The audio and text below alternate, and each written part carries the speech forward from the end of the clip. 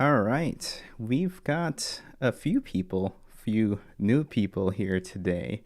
So, welcome everybody who's listening in live. Today is Tuesday, well, at least evening over here, which means we get to do a little chat and a talk or whatever you call it. And hopefully, you're also listening. Perhaps you could be watching on a record as well. It's meant to be talking about architecture, engineering, construction industry, to tech, life, whatever that we are interested in. And today we've got two new faces.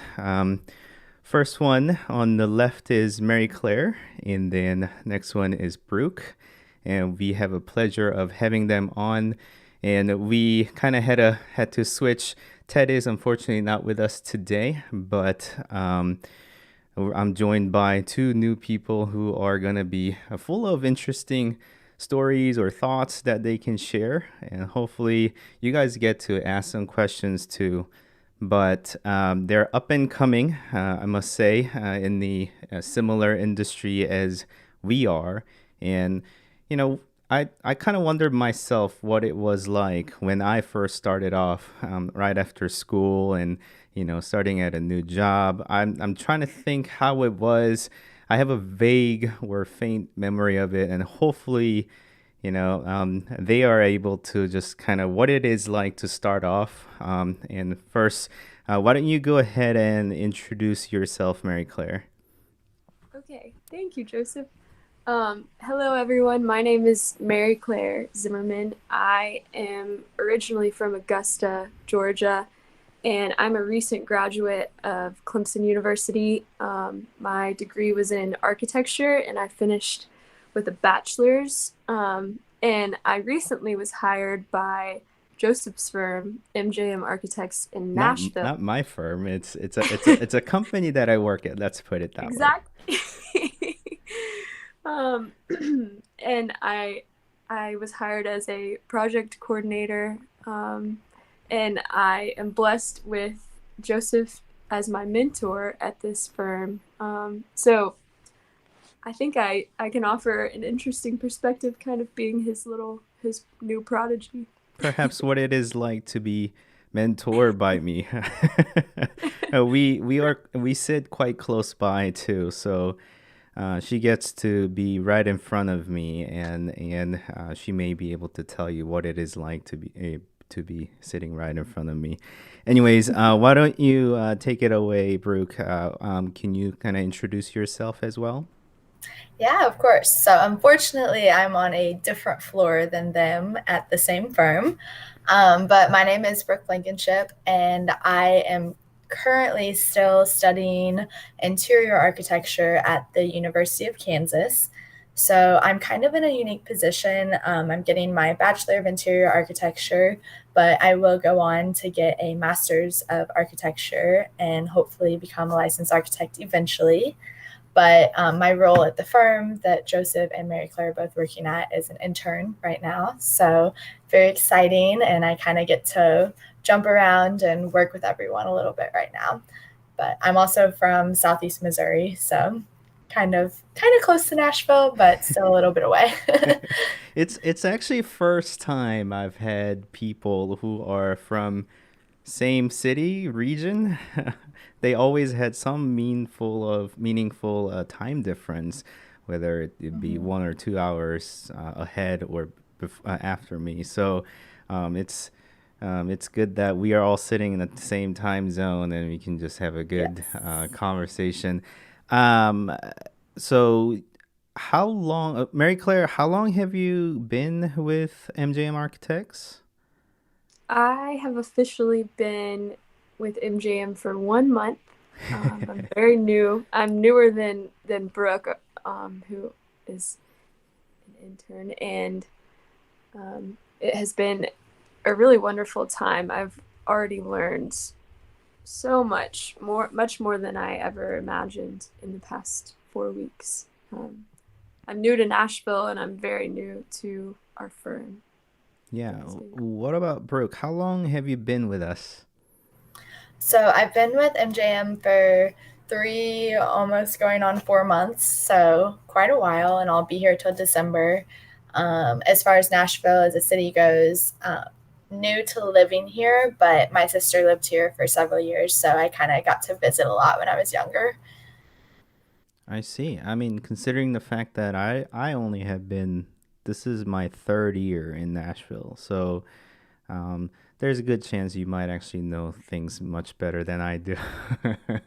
um, yeah. So you had a quite interesting, and forgive me, I do know Mary Claire quite better than Brooke, and this was actually very first time we just kind of had having sort of a face to face conversation. She sort of jumped on last minute when I kind of suggested. Very very glad you are able to do that. I appreciate that on a jumping on a short notice, but I wanted to know a bit more of a backstory behind your sort of career or education change there. So you studied interior architecture, from what I understand, and then you're planning to do masters in architecture. Can you just kind of tell us what sort of thought process or the thought was behind that? Yeah, of course. So whenever I was actually a sophomore in high school, whenever I started looking into what I wanted to do, I basically Googled math and art and how to combine the two, and architecture was pretty much the first hit. But as I started looking at universities and schools, I discovered interior architecture, which kind of took a more technical approach to interior design. So it was a lot about ergonomics and spatial planning and really thinking about your users. So as you enter into a space, what are they experiencing? And maybe it's efficiency. How can you get them from point A to point B? Maybe it's an experience. How can you make their journey interesting? And just really playing with that spatial journey and that spatial planning. But then as I kept going, I also really enjoyed the technical aspects that come with the architecture design. So a little bit of touch of some engineering side of things, some technical construction work and working with your cities and your permits and stuff like that. So I didn't want to quite give up the architecture side of things just to do interiors, but I found a good compromise. So it kind of led me to this dual degree.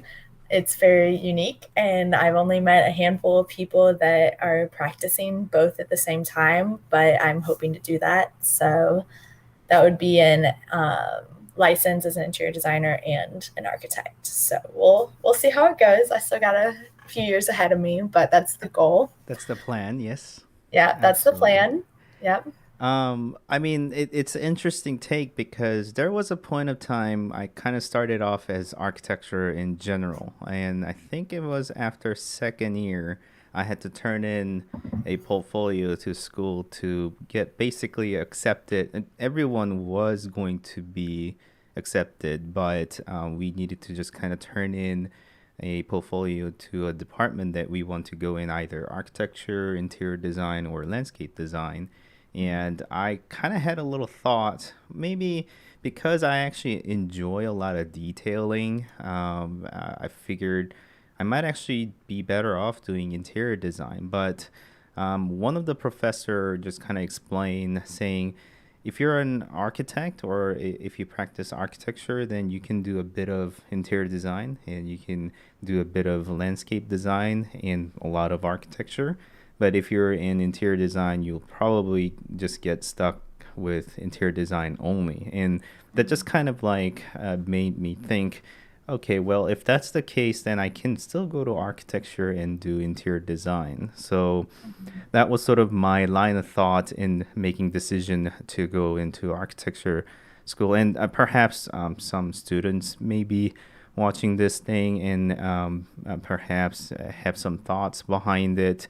Were you more interested in sort of the detail oriented things versus like a big landscape or maybe city planning even?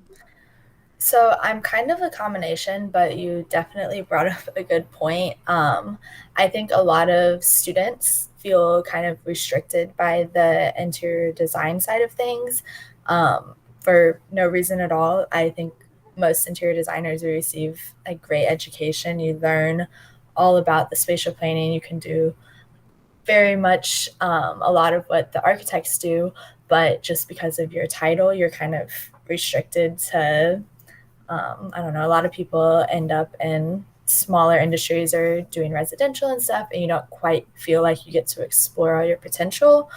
So I think that was a big part of why I was like, all right, I got to do that architecture so I can maybe have a little bit more influence. But like you said, get to do some of that detail-oriented work of the interior design.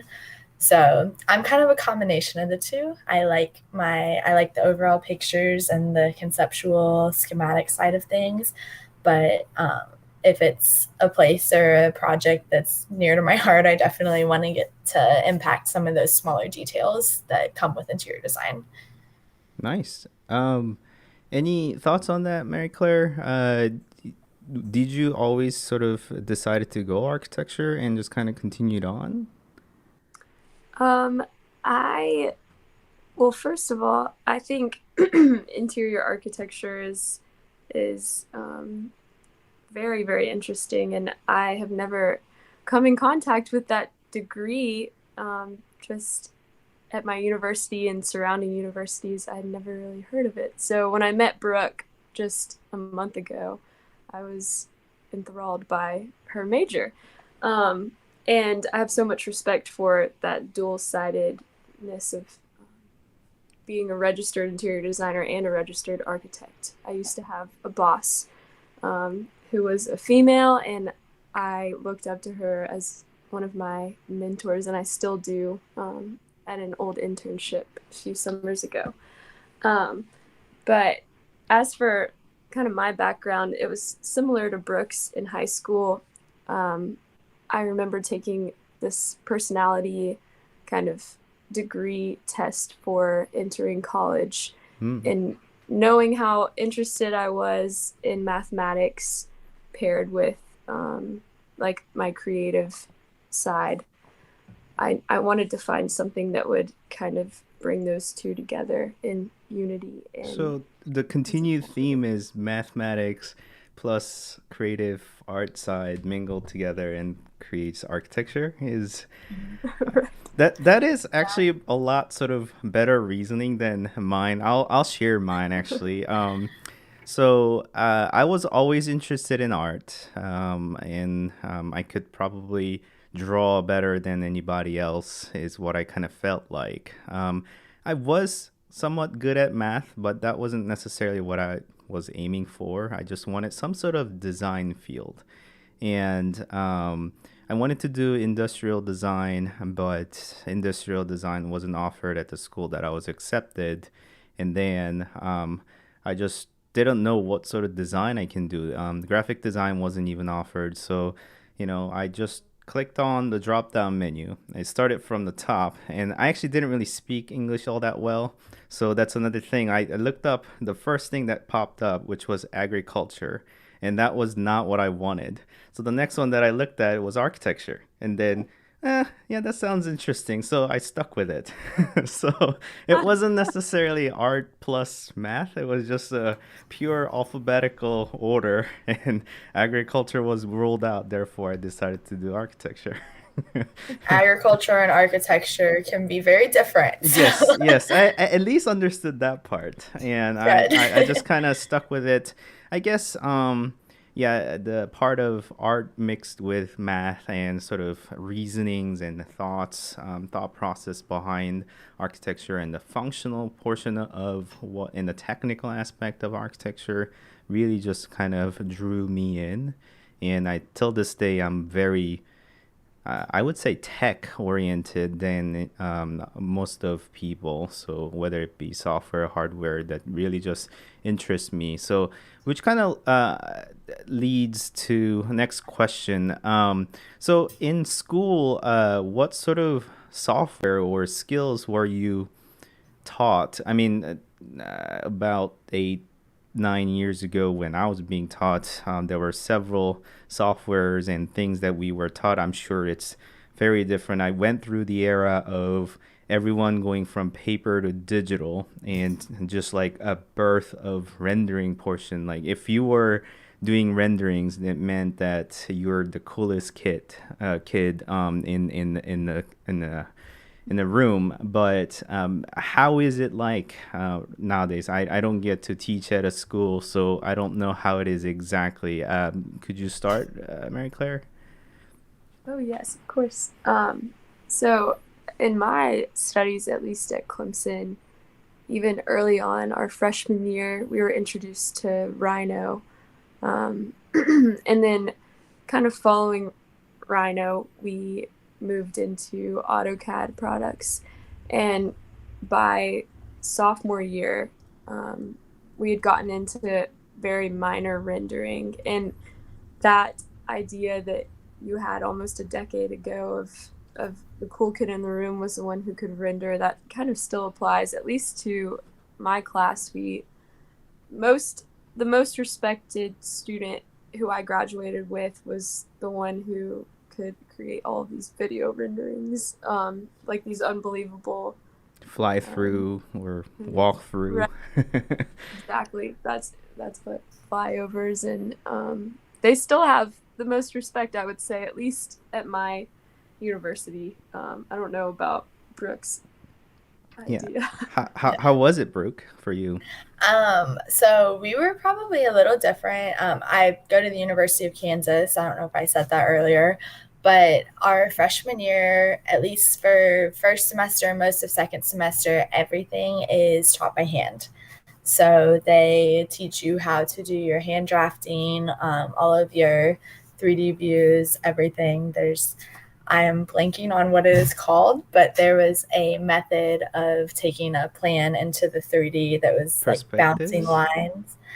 I mean, perspectives, but there was a specific name for it. Like 1 point perspective, 2 point No, perspective, I can't remember. horizon. It was like a method of drawing that they taught us. Oh, I can't oh. I can't remember what it was, but they kind of explained it as you should learn how to do this by hand so you understand a little bit more about what your computer is doing for you. Hmm.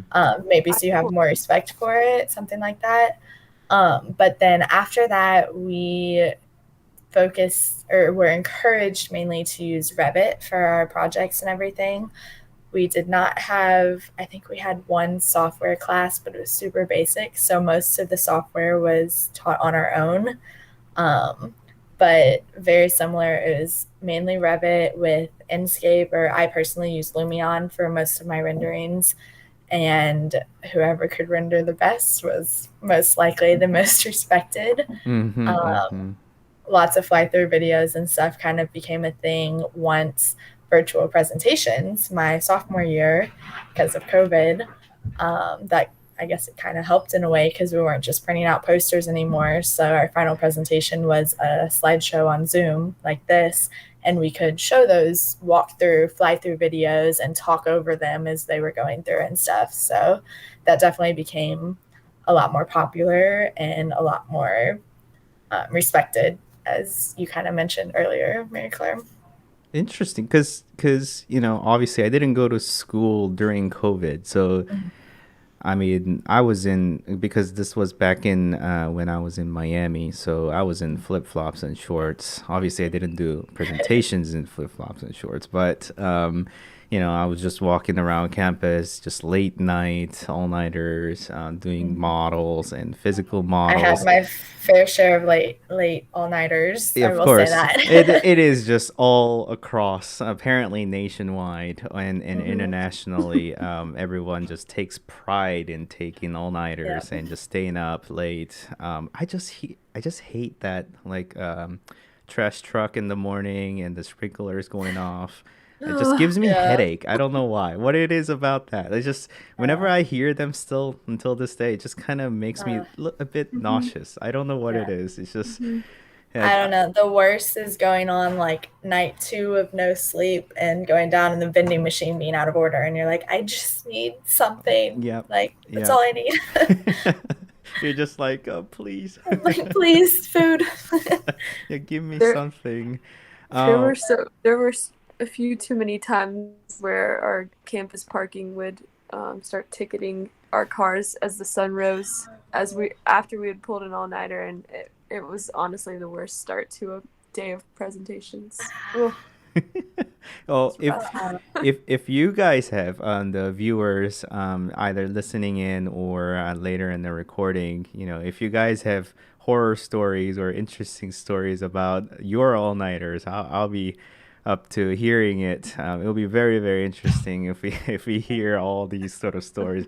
I was passed out on a one of the loading zone parking lots with my car because I had moved one of my model from my dorm to the studio for a next day presentation. But obviously, I didn't have enough time to go back to the dorm. I'm supposed to park it back there and then I walk back, but I just was too tired. So I just passed out in the front seat and somebody just left me a ticket whilst I was just in there. Just passed. Just Did they said, even try to No. wake you up? no, they didn't even. Like, Oh, that's I might have horrible. just really not all that well inside of the car, but no, Lucky. they just like lift my They left windshield your wiper and ticket. then just put a ticket and then just there Oh you my That's go. awful. Yeah. Yeah.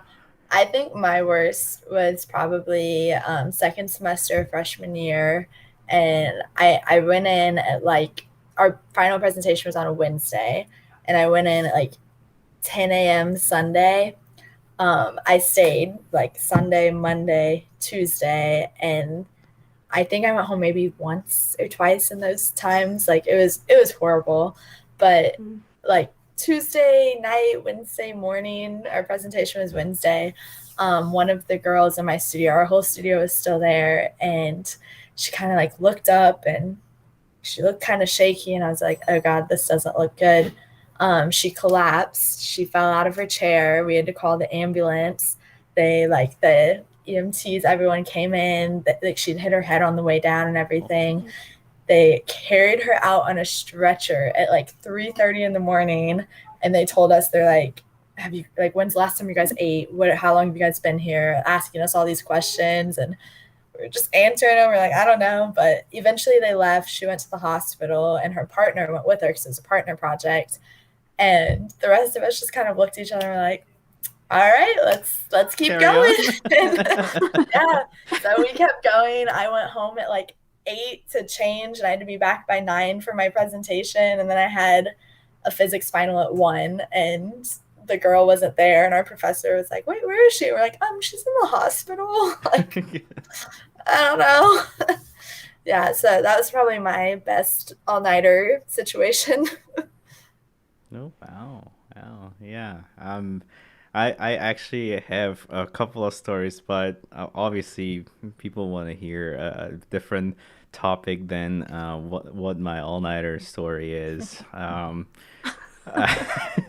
This is just gonna go in a weird tangent if we just continue on. Everything mixed up with some hungovers and people behave weird at night, I must say. So I'm just gonna continue on. Actually, particular to Mary Claire, I know that you did study abroad, and this is just completely coincidence. But those of you who know from school, who know me from school, we did a study abroad program. We had one in Italy. We were fortunate enough to get selected or pay for to go to Italy and study. So I personally did a study about 3.5 months, a full semester in Genoa. And turns out she went to the same exact town, just what, 4 or 5 years after I did? Exactly. Yeah. It How was fun. many students go there, by the way? I was studying alongside 18 students from Clemson, 3 of which were landscape architecture students, and then the rest being architecture. And Clemson University has owned this villa in Genoa, Italy for 50 years, I think exactly now. And they've had this architectural study abroad within the city for 45 years about. So it has a long-standing history, and It was honestly incredible. I know Joseph and I had lunch um, on a work day the other day, and kind of that's when we put two and two together and figured we were studying the same city, and it's just been really cool to share photos and sketches and memories past. But I was there in 2020, and I should have been studying for 4 months in Genoa, and I was sent home abruptly 2 months into our trip during COVID. And I don't know if any of our viewers remember the outbreak in Italy following China on the news was in Milan, or in a city just maybe 30 miles outside of Milan. Mm-hmm. So Genoa is that, really close to oh, Milan. it was the epicenter of Italy was 40 to 50 miles from Genoa. So it was pretty intense to be there and be sent home, and it was very heartbreaking. But I I loved Italy. I love the culture and the language, all of the food. Sometimes my friends call me crazy Italian lady just by how I've adopted some cooking practices and how I talk. And Nice. Well, I don't get to call that. uh, um, how long was the exact duration? Because you were dismissed a bit early. um, it was exactly 2 months that I see. I was there.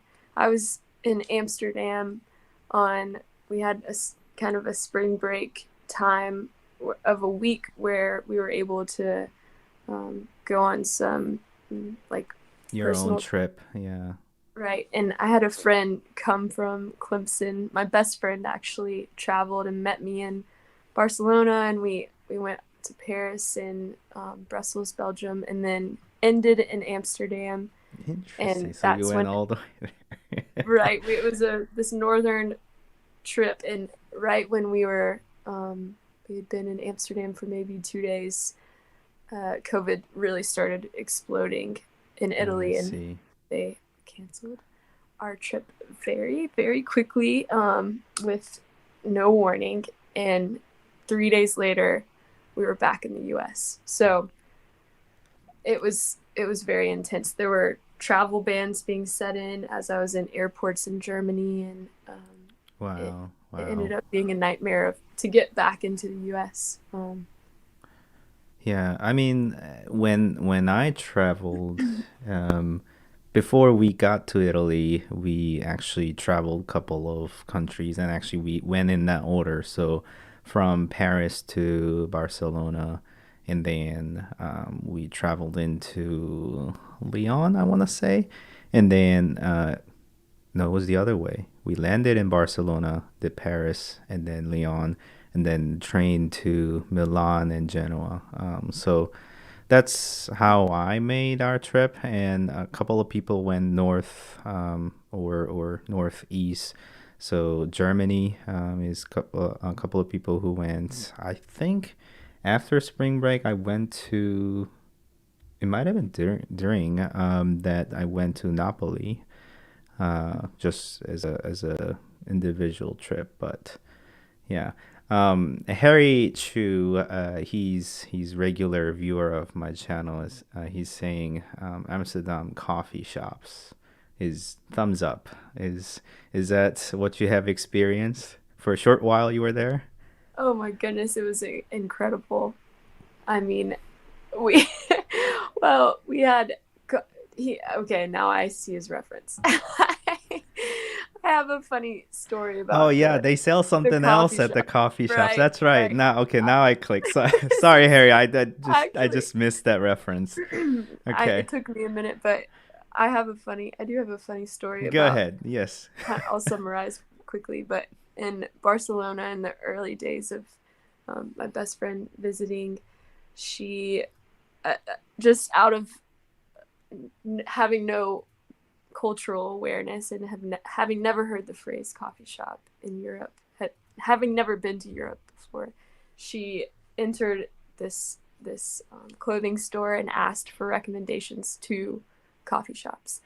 and we were approached by this salesperson, and he was intensely, immensely excited to share all of these Instagram profiles of these businesses around Barcelona, telling us about video games we could play and how we could smoke and have drinks and this and that. And my best friend started kind of catching on and realizing, like, maybe there's something more to this than espresso. Maybe there's other things involved, and it became a long-standing joke. We still laugh about it.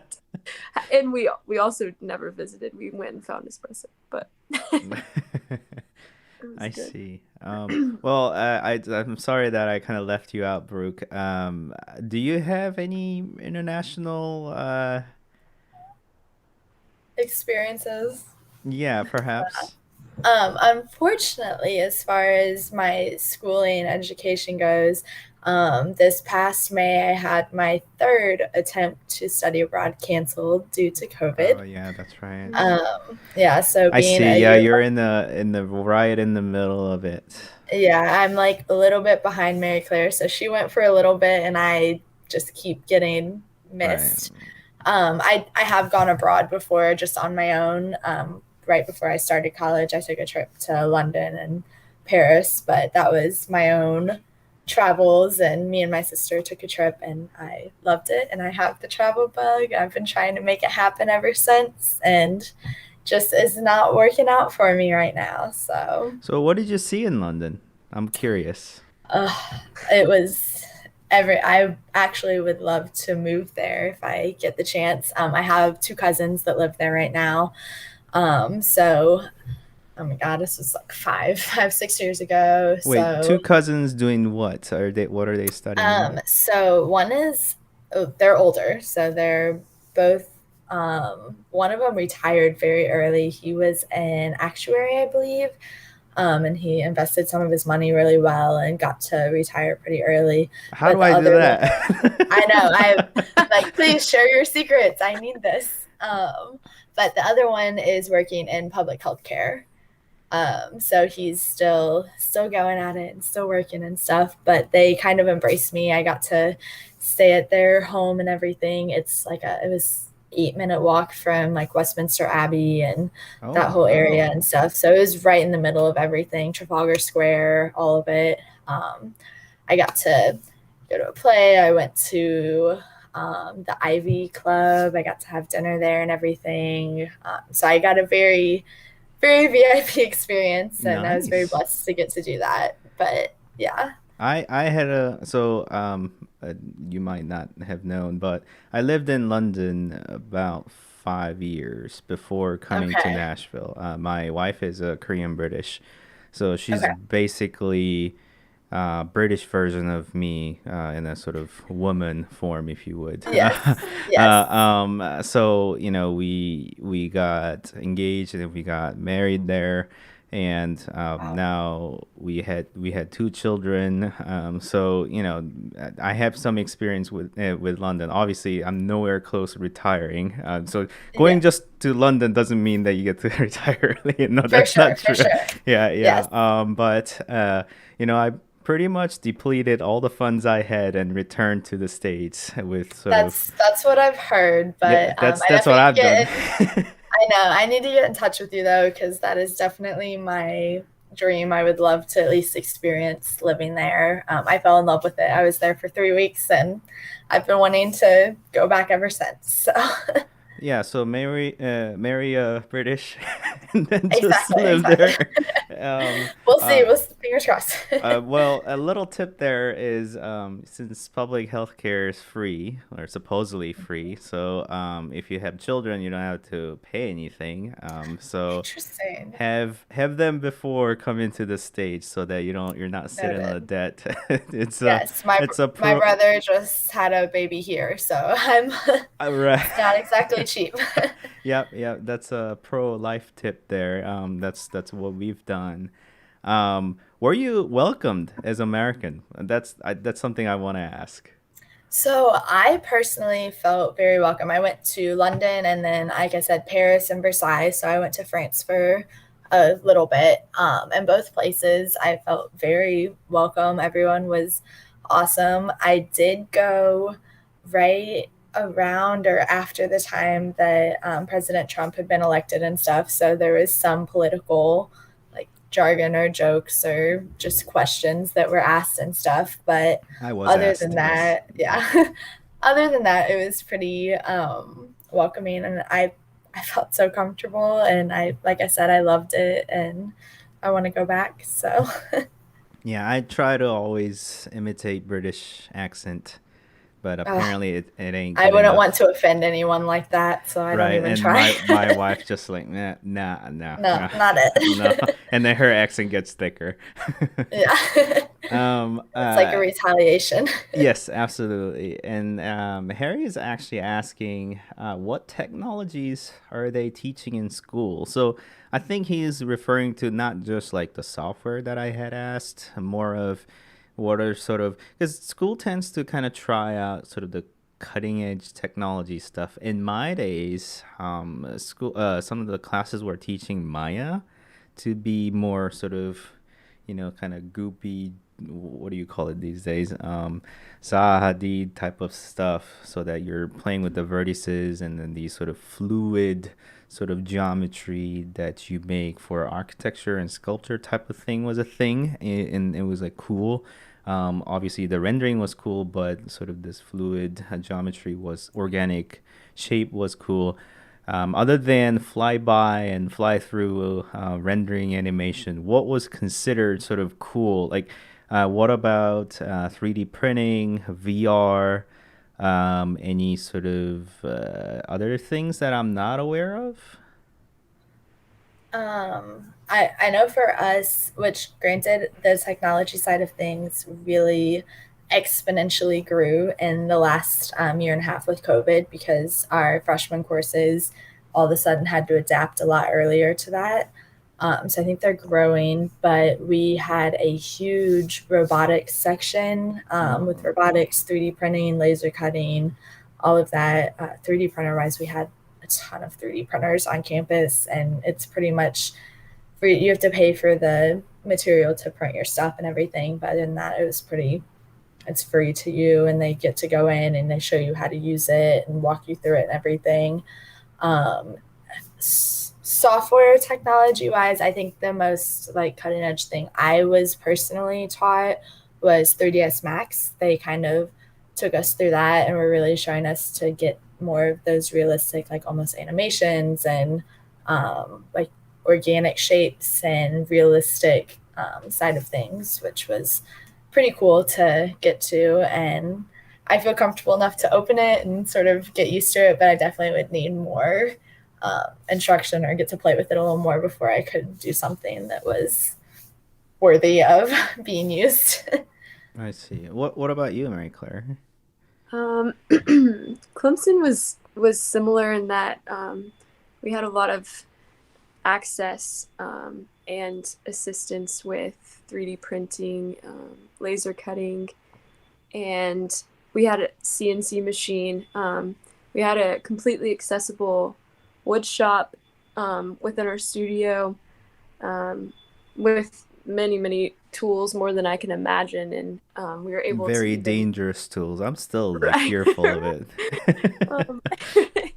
um, but even those things were open for personal use to alongside school projects, which I really enjoyed. And I think as of recently, Clemson was getting a this kind of like ceramic 3D printer. But we used to, I had some really great professors that would challenge us in to use materials that we had never like even imagined using. So I used glycerin for models and plaster and cement, like just a lot of different techniques in creating molds and studying like solid and void space, which I love kind of that hands-on, and there's such a juxtaposition between 3D printing this this virtual model we had created in Rhino or whatever rendering software we were using, compared to creating a mold by hand and pouring hot glycerin into that and watching it spill out of holes that we didn't know existed in the bottom of that mold. So we had some really cool studies with materials. I think like playing with a lot of materials definitely even helpful for architectural practices. Understanding the materials and methods is quite nice. I wish I had a bit more time playing with concrete. There was like a one opportunity that I should have played with concrete. Like they told us to make our model base in concrete. You had to make something out of concrete, but I was trying to like be this smart kid. So I got together. I modeled something, and so it's supposed to be this solid base with sort of bends and whatnot. But instead of mixing concrete, I decided to mix paper mache and just basically made the box or form out of just regular a museum board or white paper, and then put paper mache on top and just kind of like put it. So it actually looks like concrete. It totally looks like concrete, but when you lift it, it's just paperweight. And it was kind of clever, I felt, and I was quite proud of myself. But I know nothing about actually mixing concrete, or I haven't done it myself. So, I kind of wish that I actually stuck to actually using concrete now that I think about it. Otherwise, I just don't really know myself how to reinforce and make it proper formwork and all of that. Understanding is kind of critical when you're actually practicing. I definitely envy Mary Claire for getting to play with that stuff and do more hands-on. Like COVID struck like about halfway through my sophomore year, and it really, like, that's sort of once you get past the, I don't know, poster board and paper and like, I don't know, different pies and stuff for your models. When you start getting to do more laser cutting and more intense model making, and we went all virtual very quickly. So definitely a different experience. But yeah, it's so hard to think like, how much sort of technology improved, but at the same time, COVID hit and how different it would be. I mean, you don't get to use those dangerous machines. I had a couple of incidents in the shop, and I'm till this day, like, I don't want to go near any of those machines. I'm terrified with table saw. And I don't even want to get near it. But obviously, I don't mind sitting behind computers and model as I go. I got to do a little bit of some woodwork in our wood shop, but not enough to feel completely comfortable. KU is also really big. Our thing is our design build studio, where you design and you completely build a structure. And unfortunately, mine got canceled this last semester, so I was hoping to do it during grad school, but that's a big part of our education that was really cool about KU that got kind of cut off because of COVID again. I see. That is quite disappointing. Yeah, I guess it's quite uncertain how things will pan out. I'm sure you'll live to tell the stories to others post COVID and how the school is. Because personally on this channel, I review a lot of laptops, and before I always understood laptop is a thing that you need to go to school, but now I'm a little hesitant to say like you need to get a laptop if you're a student, because people don't really go to school anymore. You can still have like a desktop at your room. You don't need to carry it. So I don't know. It's definitely a different environment, must be.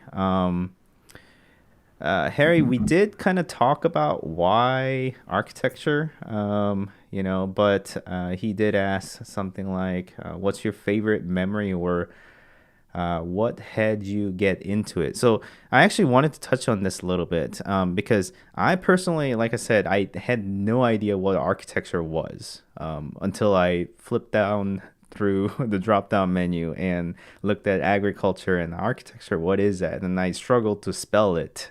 Is how I was. But whereas you said you had a little bit of experience. Mary Claire, did you? So you said it. You kind of started from high school. Is that what you said? I do have somewhat of a deeper history and a more interesting story that kind of comes full circle. So when I was very, very young, and even to this day, I still pass this historic site. But every time I was going to my grandparents' house, they live in North Augusta, South Carolina. It's the other side of the river, to my hometown, and the other side of the state line. But I would pass this historic, kind of old Georgian styled 3-story columned house up on this hill. And I remember ever since I can remember, I adored the house, and I would beg my parents to buy it and renovate it just for fun. I didn't even care if I lived there. I just wanted to go inside and kind of study it. And growing up, I had all of these dreams about what this house could become, if it could turn into a venue or restaurant or whatever it was. And as of recently, in the past 3 years, this house, it is actually called the Charles Hammond House in North Augusta, South Carolina. It was acquired and bought by a local man, who kind of wanted to see new life come into this structure, and he is kind of turning it into maybe somewhere that could become an Airbnb or like a wedding venue, which I really appreciate. And he has background as an insurance agent, so he has no construction, architectural, or engineering background, which I just think is amazing that he's like chasing that passion. And 2 years ago, I was working one summer for this architecture firm in my hometown in Augusta, Georgia, called Cheatham Fletcher Scott. And actually, the mentor I touched on earlier, the female who was above me, who is an interior designer and architect, asked me on this client lunch meeting. And little did I know, I was going to meet the man who had recently purchased this house that had inspired me and kind of like grounded my love for architecture ever since I was 4 or 5. And I had lunch with this man, and he took me on this kind of personal tour, because we were going to the site to visit anyways, just for this client meeting. But we kind of circled the house, and he starts picking up these 250-year-old forged iron nails about 4 inches long, and just handing me tens of sets of these nails. And I still like treasure those to this day. I've made quite a few different things out of the nails. And it was one of the coolest experiences, just seeing that memory come full circle. I had tears in my eyes walking into the house. And the house was actually built circa 1776, as our country was founded. Wow.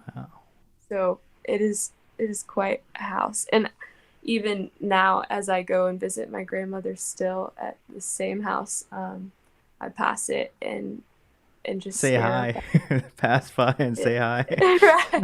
Right. Sometimes I'll drive up and walk around the house, and then lastly to this story, that same summer when I was working at this architecture firm, I was apprenticing with this historic foundation in Augusta, and I kind of took on a marketing position there, which was interesting, but they knew my love for photography. So after having visited the new owner of the house, I asked him for permission to photograph and kind of feature the house on Historic Augusta's social media. So you could go back and check it out on Instagram and Facebook.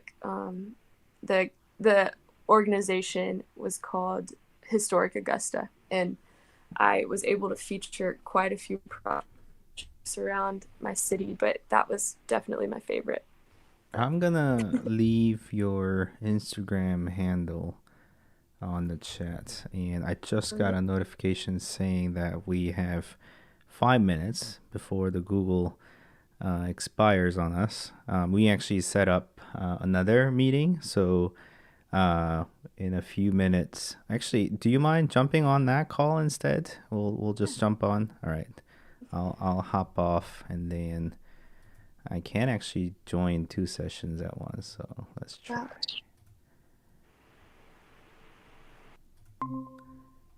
All right, here we are. I need to finish that session. All right, we're back at it again. That was quick. You guys did very well, by the way. That transition was just so smooth. Very technology efficient over here. Oh yeah. Good job. Yeah, that's how technology savvy we became over the years, right? Yeah. All the meeting invites. Yeah. So, what's your story, Brooke? I don't have quite as heart-wrenching of a story as Yeah, Mary Claire it did was there. quite a Yeah. story, I must say. It was. That was beautiful. I appreciate it. But really and truly, mine, I don't have any family background of architecture specifically. My aunt is a professional watercolor artist, and my dad loved pen and ink drawing. So I kind of have a history of art there.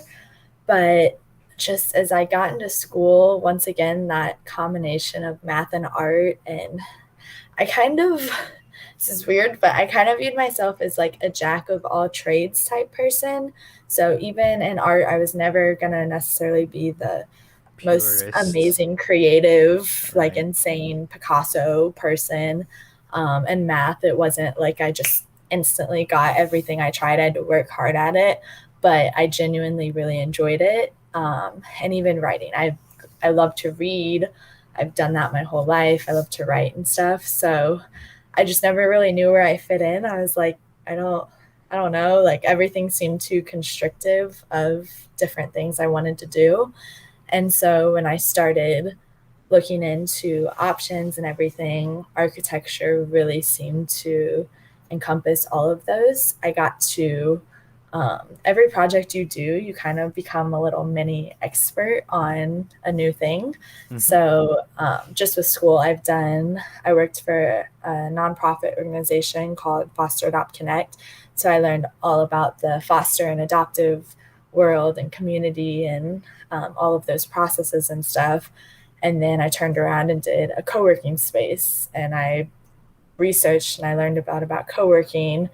And then I did an Alzheimer's and dementia village, and I became an expert on Alzheimer's and dementia. Not an expert, but a knowledgeable person. So I just loved that I get to continue exploring all of these different things and researching and just growing in knowledge, but maybe not never becoming the expert on that topic, but knowing about it and being able to provide those people and those users what they need to function and do what they are experts at. So kind of an understanding or an overall people person, I guess. So like jack of all trades plus math and art, I think is sort of continued theme here. And I agree to myself as well. You know, you become somewhat knowledgeable for a lot of things, and I think that's sort of the trait that you need to have, because you've got to understand methods and the building systems and how to put things together. You can't just float a building or a room. So I think, you know, that's sort of like a critical aspect of architect, and which was what I like, sort of the systematical approach. And I always try to find reasons, and I try to look at something, and then like I always question why. And that's why I'm always so driven into like technical aspects, when it comes to software and hardware. I look at like why is this that way, and I have sort of a systematical understanding, and that's what kind of draws me into architecture and all of these technologies. So I can certainly agree with that, but I do want to question, Mary Claire. Do you read a lot? I wish I could. I wish I could say I do, but You I don't? Well, I don't. on the I lower end. No, I don't I read do read, at but all. I can Oh, proudly say I like. There's probably like two books in this room, and like I own very very few books, and I can count with my fingers how many books that I actually read from page one to end. uh, Like, I- if I could turn my camera around right now, I have a bookshelf that's just like a fraction of my collection. right. And I have a Kindle that has like 300 plus books on it. I love to read. So So you're hurting my heart right now. well, I have books, Okay. but I'd never really read through them. Or I'm studying for architectural exam, ARE exam, so I have the study guides and the example question book. But obviously, I haven't really done through that either. So I don't know. It just I do have a bit of language barrier, so English is somewhat more difficult in reading as well. For professional language, architecture is a little bit easier in English, but for spoken language, any novel or sort of a creative side, more spoken and casual language, I'm better off in Korean when reading than English. So I think as soon as I kind of jumped the country and the language, that's when it became somewhat more distant, and I'm more challenged to read and write in English. So I kind of excuse myself in that regard. But my wife loves to read. She has tons of book. When she was moving from London to here, she had a hard time letting go of a lot of books because they are very, very expensive to haul around, especially across the ocean. So, Yeah, because they're not every light. yeah, well, everything's by weight, and books Yeah. are weight, a lot of weight. Even coming here, that's sort of what I had to do. I had to cut out a few. I was like, I'll take you and you. And I was picking a few. I see, I see. Well, I just kind of wanted to touch on that because, I've seen a lot of architects who loves to read, but that was a thing like I just couldn't get through. I really wish that I had read better as well as write better. But any class that I needed to write an essay or read a book or sort of understand like a deep history or something, it just no, the geographical names and architects and the years and no, it just flies out of my head. I'm somewhat challenged in that regard. Numbers don't really stick with me. That's why I couldn't even tell you exactly what year I was in Genoa when we were talking about it, Mary Claire. I can't remember years or I can't remember numbers. Um, Anyways, that's just me sort of excusing myself.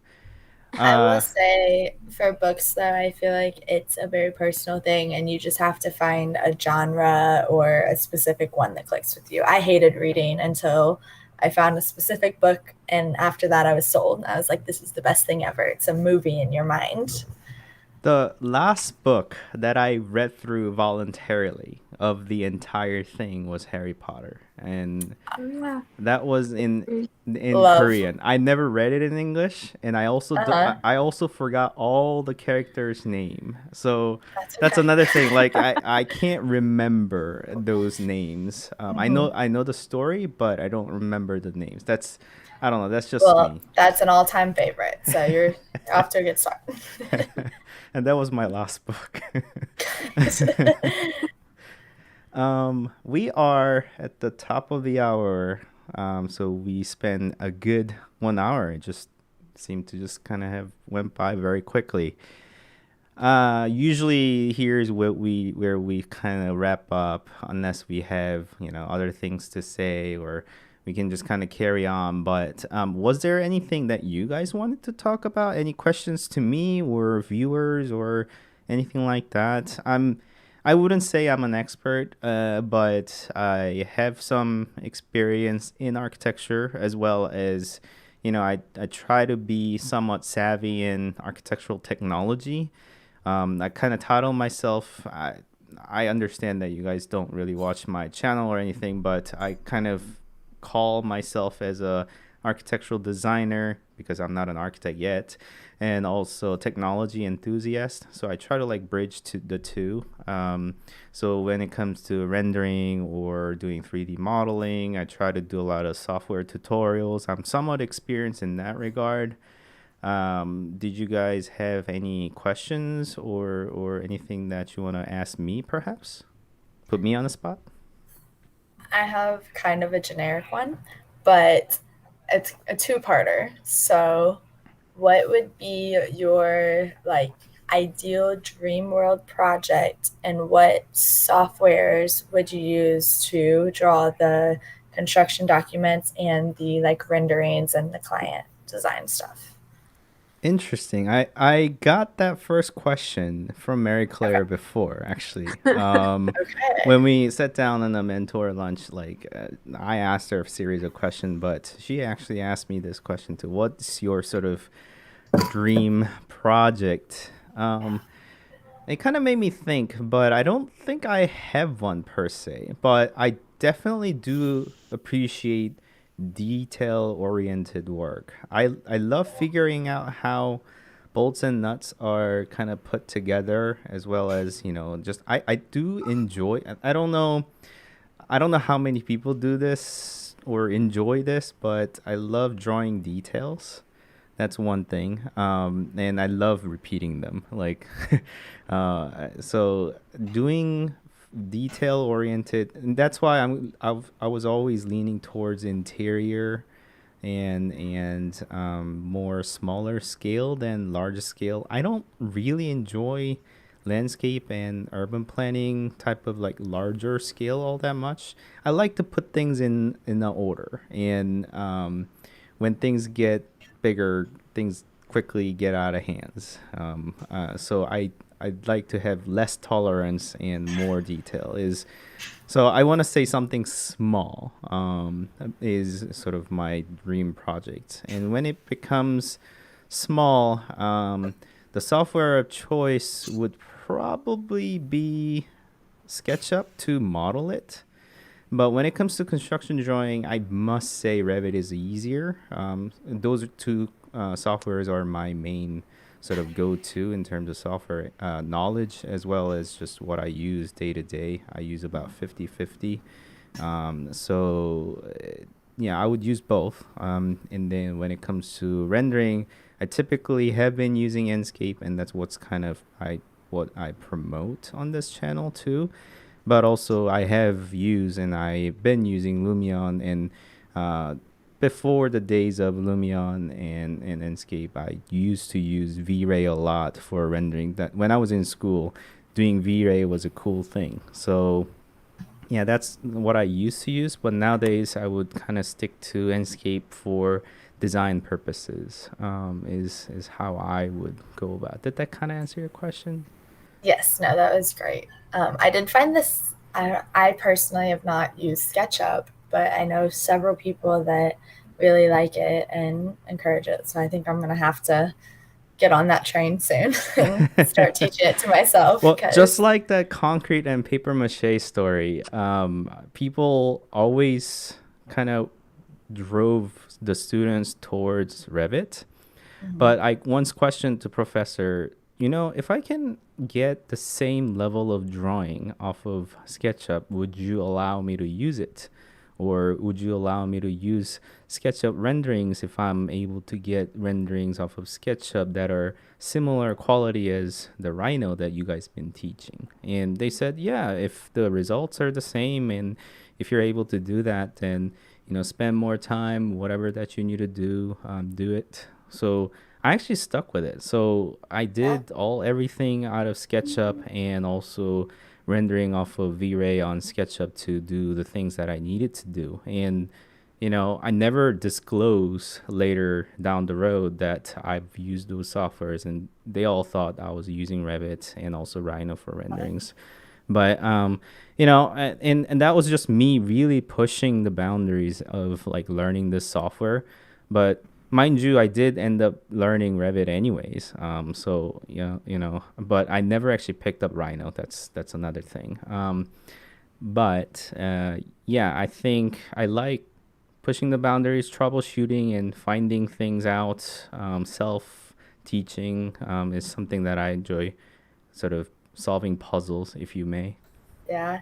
KU is very big about self-taught stuff. So I feel when I had never used AutoCAD before I started working at MJM, and that's all I've used since I've been there. So very quick to pick it up. I'm kind of nervous though. If I go back to school, I'm gonna have to go back to Revit and switch my mindset again. Right, right. I'm actually surprised to hear that you use Lumion for school.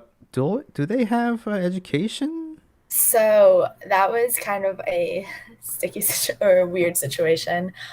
They do have a student version and everything, but I guess it was sophomore year in May, literally 3 days before my final presentation, my computer crashed, just would not turn on, had none of it. It was done. Of course, it would 3 days, happen. like three days, like 72 hours.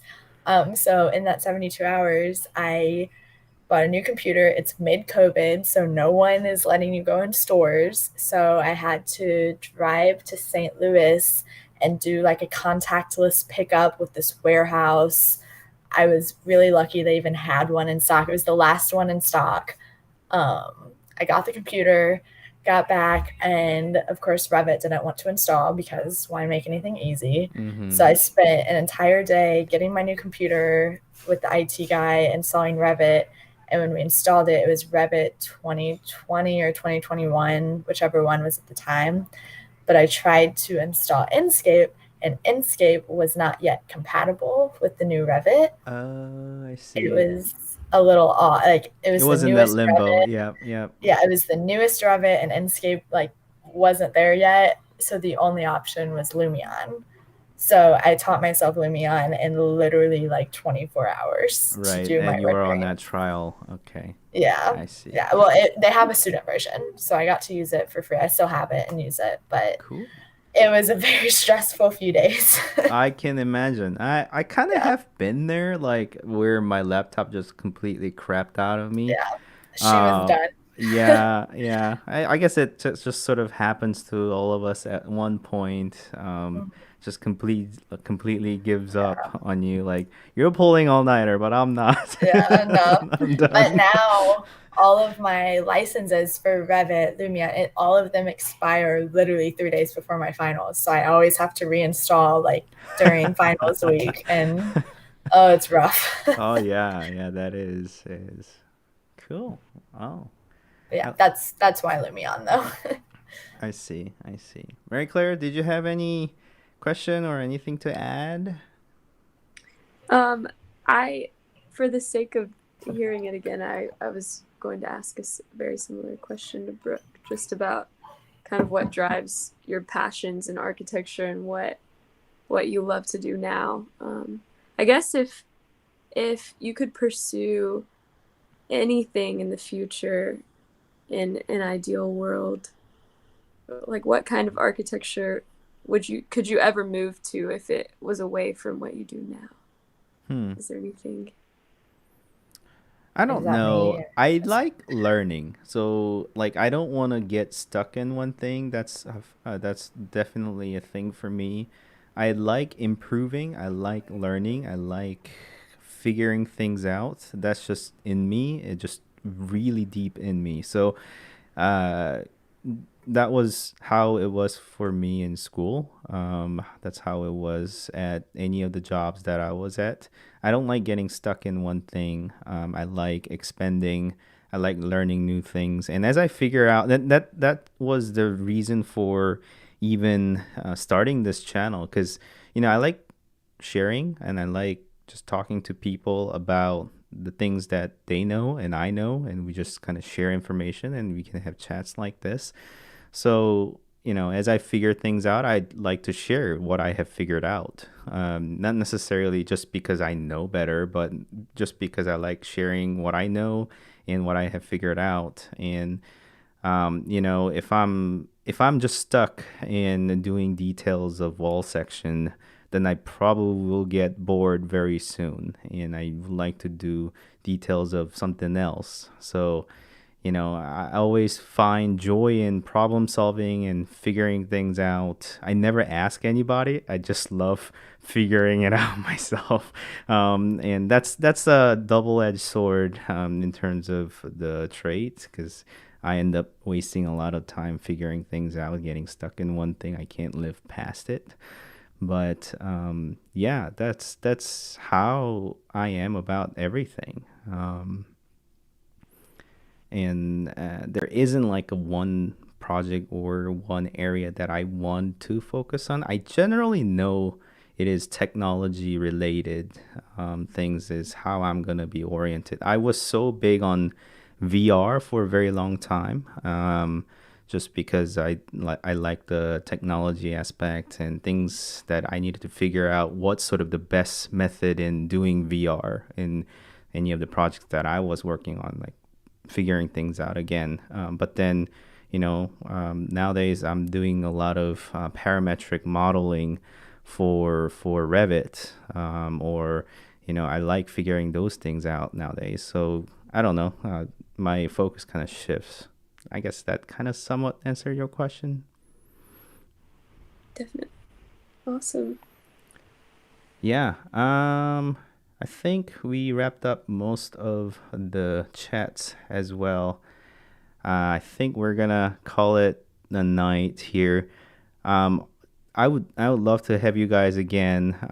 Tell us about some of your exciting stories. I'm really glad to get to know you a bit more, both of you, and hear some of cool stories. And this is exactly why I have kind of started this streaming as well as the channel, just to kind of hear other people and listen to what they have and what they have experienced. So I really, really appreciate you guys being on tonight. Awesome, Joseph. This is amazing. We loved. I really enjoyed it. You were a little bit nervous about coming on tonight. I'm glad you got through. You did very well. Thank you. No, Thank you this for having me. was, yeah, thank you so much. This was a lot of fun. It was really cool. Well, you jumped on last minute, so Yeah, I'm anytime. really grateful, and you just did it so well. So, You thanks did. everybody for joining in tonight, listening in, and perhaps all of you who are watching on record. I think I'll call it a night. We'll see you again next week around the same time. I haven't really decided on the future topic yet. I'll perhaps announce it, but if you get a chance, we'll see each other again.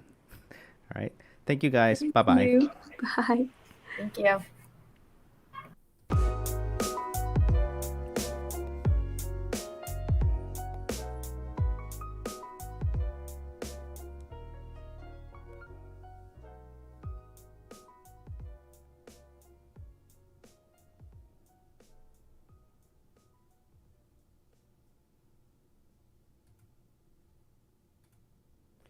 She just jumped off.